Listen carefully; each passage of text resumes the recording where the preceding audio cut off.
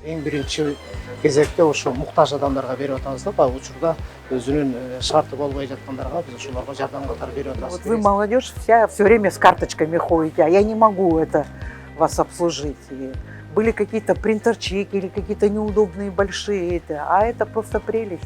Поэтому спасибо большое. И Раньше приходилось приходить сюда, заполнять бланки, полдня убивали на это. А сейчас, сидя на работе, можно отчет сделать. Здравствуйте, меня зовут Надежда.